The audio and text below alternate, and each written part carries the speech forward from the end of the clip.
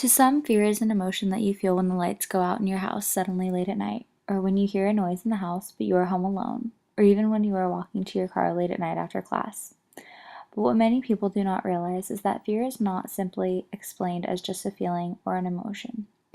All emotional responses involve behavioral, autonomic, and hormonal components that are all controlled by separate neural systems in the brain.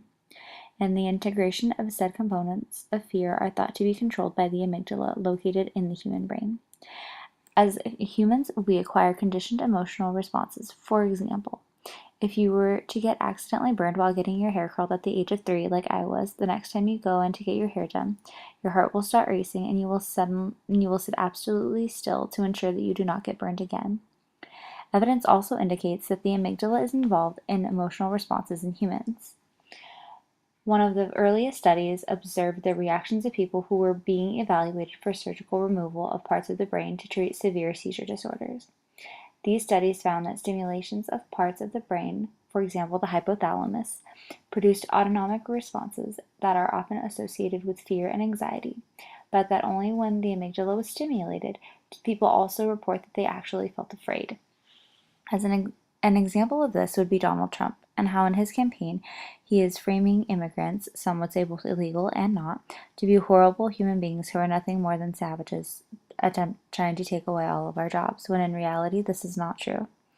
But this statement causes native-born Americans to feel fear because now they feel as though they are going to lose out on the job opportunities that they currently have, and this causes those hormonal, behavioral, and autonomic components to all act up and cause the amygdala to start releasing certain stimuli to tell the body and the brain that it should be afraid.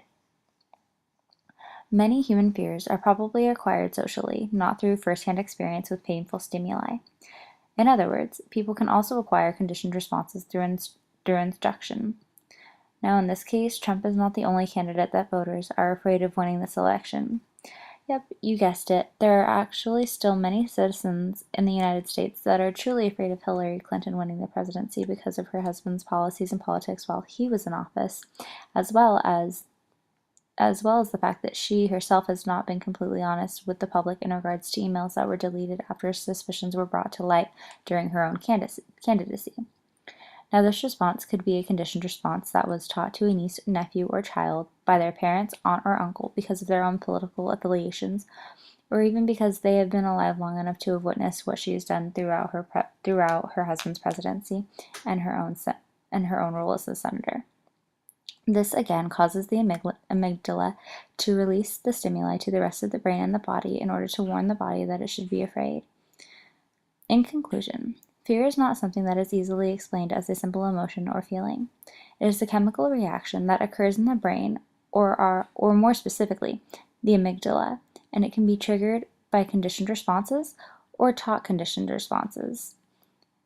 And our current presidential candidates are definitely not afraid to use our fears to their own advantage.